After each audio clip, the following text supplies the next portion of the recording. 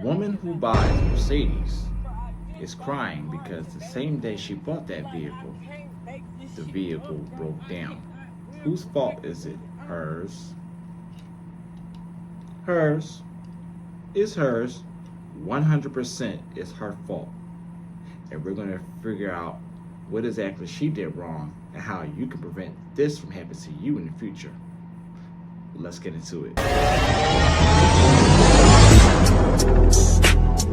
Yeah.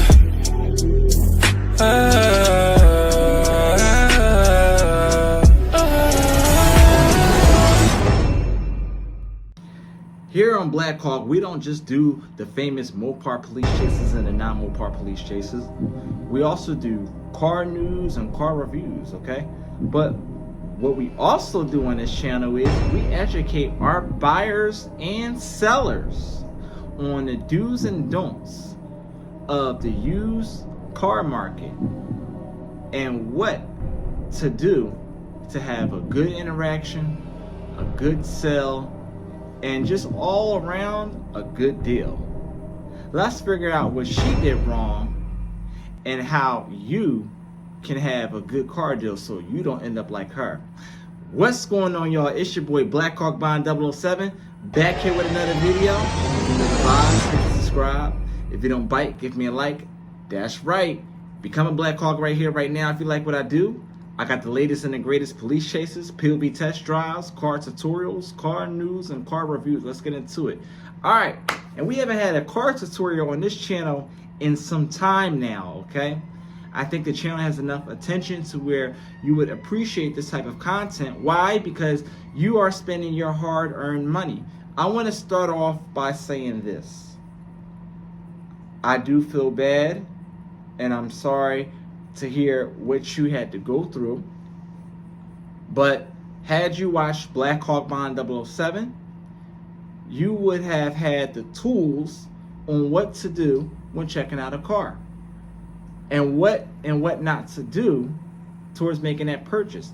This has absolutely nothing to do with having a person there to check the car out for you. What if you don't have help? What if you don't have support? Here on Blackhawk Bond 007, we teach you on how to look at a car, how to read the conversation, and how to know when to spot the red flags. With that being said, let's pull up the video and let's see what exactly happened with the girl. Bro, I swear I cannot make this up. Bro, I just bought the car today, fool. Like, I can't make this shit up, bro. I cannot win from fucking losing. I don't give a fuck what I do. Like, that's crazy. Alright, so you've seen the video, okay? And we're gonna talk about the psychology behind the mindset of the average buyer from a gender standpoint. We're gonna hit multiple points of this, okay? Females are under the impression that sellers get over on them. That is not the case, okay? While you may look like an easy target, the easiest target is not who you think it is. It is not the female. It is actually the male. Why?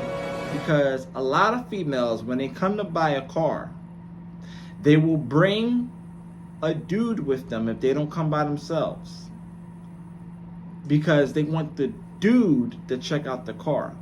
They are automatically assuming just because this human being is a male or adult, a grown man, that he automatically knows what he's doing. So a lot of men come and assert their dominance, their presence, just because they are a man, okay? Just because you're a man doesn't mean that you're a mechanic, okay? And sellers can read through you, see through you like a glass cup, and you become the easiest target to sell a car to. It is called common sense. You don't need somebody to go with you to look at a car to read the conversation, read the vibes, know when the red flags are there, know when the signs are there. It is tax season, okay? When I was selling cars, you know what I would do? My prices will be at a premium during a certain time of the year, right? All year long. Like, let's just say, for example, I have a Honda Accord, right? Toyota Camry. Let's say I sell this type of Honda Accord for $2,500 all year long, all day, every day. I can get it. It's an easy sell. Bang, bang. Chitty, chitty, bang, bang. Okay? And let's say Don Julio also sells his car for $2,500. Maybe he even sells it for less. But I sell mine for $2,500. Nevertheless, maybe it's negotiable, maybe it's not. But for the most part, $2,500. And no matter what, that is what the price is going to fluctuate around when the sale is done. Because I am not selling the car. I am selling myself. I am selling myself and marketing my trust to the buyer who is spending their money. Okay? Now, they don't snap. It's now tax season. And that same Honda Accord, in the comment section, how long do you think that car is going to last in the market? I'm not going to give you time to think about that. What I really want you to see in the comments is, how much do you think I'm going to sell it for? That same $2,500 Camry is going to sell now for $3,000 because it's tax season, or $3,500 maybe even, right? Because they got their money, they're trigger happy, they don't know how to sell, they only see this type of money once in a year, so they don't know how to act. They're so excited to get a car. Oh, getting this car ain't nothing. They so quick and with the mindset, men and women, the average human being, from a psychological standpoint, they're ready to get this car because it ain't a thing. It don't mean a thing if it ain't got that swing. They're ready to swing that cash. But here's what I actually do. When Don Julio is selling his car on the average for $2,500 and I'm selling my car for $2,500, when tax season comes, Don Julio is going to sell his car for $3,000. Don Julio is going to maybe sell it for that same car for $3,500. Me, I'm going to actually sell that car for $2,000. And why would I sell it for even cheaper than when I normally sell it? Glad you asked. You know why? Because I'm smart. People are not stupid. And just because you got a $5,000 tax refund, some of you get cash advances with the people that are doing your tax refund because they know when the tax come back, they can just take it out from the difference. $5,000 and you spend $2,500 on this car. You have $2,500 left. $5,000 on this car, maybe you spend it with Don Julio and you have, $1,500 left because you spent more than what it would sell during non-tax season, right? The rest of the year. But if you spend it with me, $2,000, why just because you have to have $5,000 that you have to spend all this money? You don't. You could spend $2,000 and have $3,000 left to do whatever you need to do. Get it registered, get insurance, put the money away, actually flip your own money. You understand what I'm saying? Be a responsible adult. But this is what people do every single year. They're so quick to buy something because tax season is coming. My tax is coming. You got kids, so you got more coming back on your taxes. Maybe she had kids, maybe she don't. I don't know. I didn't see that part in there. You understand what I'm saying? And you decide that I got my car, or I got me a Mercedes. That's how y'all say it. Y'all got that new Mercedes. And that car that she got was a Mercedes, I think it was a C230. Typically, they're pretty decent machines, but you had a bad deal. But here's how you check a car. Now, let's get right to it. When you're looking at a car, you don't need another person with you to do this. Sounds, feels, and smells. If it doesn't sound right, I would consider to ask questions on what is that sound and ask yourself, use your ears to see where's the sound coming from. Wherever you hear that sound in the car coming from, assume that whatever part is in that area that you hear that sound, that's where the problem may be. Like, for example, with a transmission, sometimes when a transmission is bad, depending on what type of transmission it is, if it's an automatic or if it's a CVT, you hear this whoosh sound like woo, woo, woo, woo, woo, woo, woo, woo, woo, woo, woo, right? And you'll think, oh, somebody to a trained eye or trained ear, you'll know, like, okay, or you'll assume it's the transmission. But there is another sound that makes the very similar sound. Woo, woo, woo, woo, woo, woo. And guess what it is? Your hub bearing. Yes. Who would have known that a hub bearing and a transmission can make a similar sound when there is an issue that is intermittent? Okay? So listen to where the sound is at. If it doesn't sound right, maybe you don't want to buy it. If you don't feel confident. Maybe you want to negotiate, but I promise you this lady was so quick to buy this car.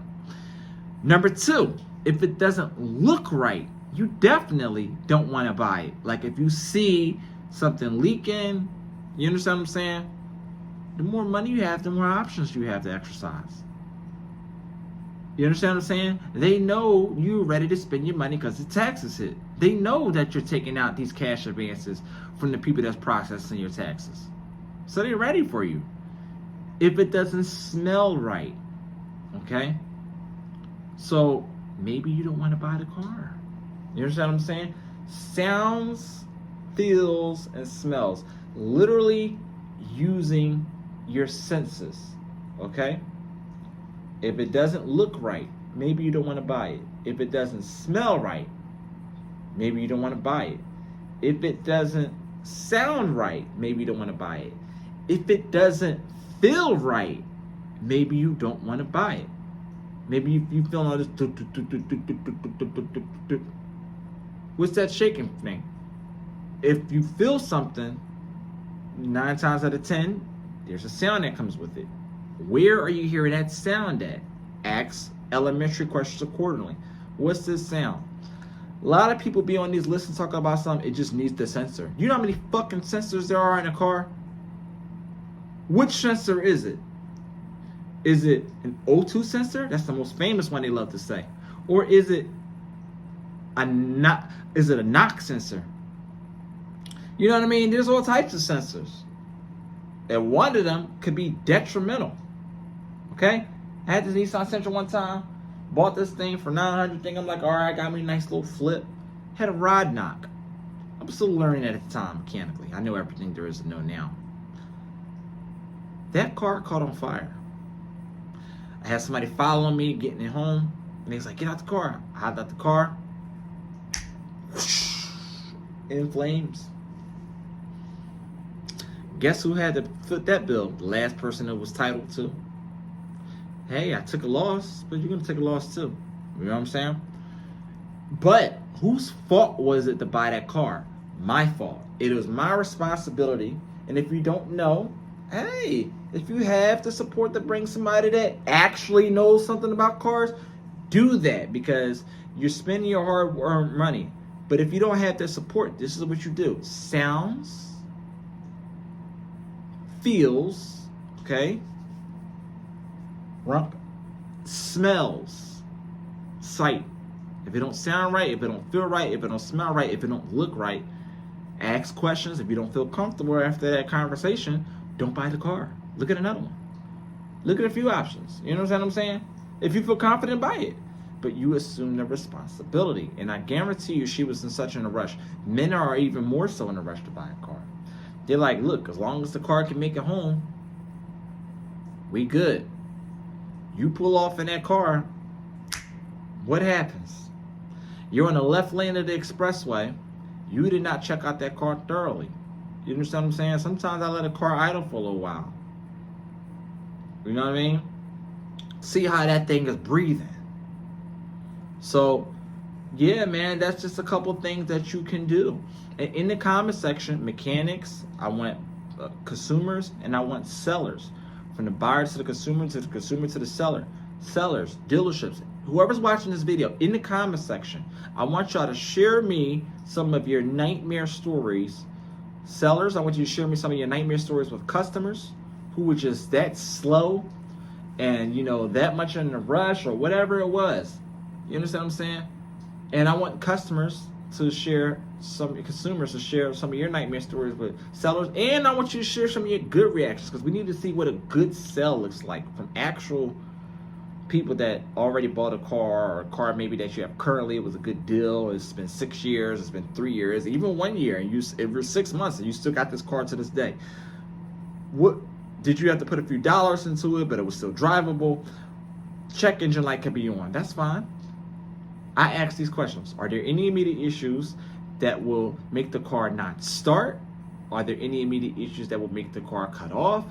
Are there any immediate issues that will make the car overheat? If all three of those, the answer to those three is no, that's good enough for me to want to look at the car. You're going to have to put some work possibly into the vehicle for what you're paying for these cars. And you know it's tax season. Let's stop making excuses that just because, you know, you're a woman, that somebody should feel sympathy for you. You are an adult. A lot of women will say they don't need a man. Where was that man at when you checked out your car then?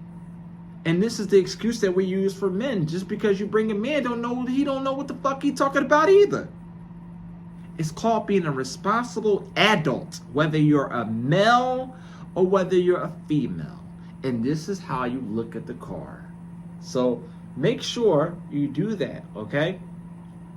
And there's going to be a lot of articles like these stories that you may see a copy of this on our new automotive news website, blackhawkbond007.com. And with that being said, here is some announcements. Blackhawkbond.com is your new automotive news website compared to that of Car and Driver, Road and Track, Motor Trend, Car Scoops.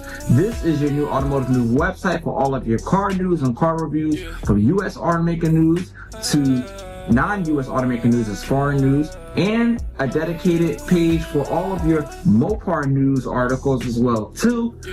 Tips on what and what not to do when buying and selling a car, consumer stories, spy photos of future vehicles, videos as well too, future products coming out in 2026, product reviews, all that here on blackhawkbond007.com. blackhawkbond007.com is your new automotive news website. Check it out for all of your automotive needs. All right, if you know the vibes, hit the subscribe. If you don't bite, give me a like. Give the video a big thumbs up. Drop a comment in the comment section below. Make sure you share your stories so we can hear some of your good interactions, some of your good purchases, some of your bad purchases, and we can all learn from each other, from mechanics, okay, from the buyer to the consumer to the seller. And until next time, holla at your boy, and I'll see y'all on the next video. Kind of makes me wonder why the hell so many people are trying to tell me to slow down. Seems like motherfuckers should be shutting the hell up and enjoying the show.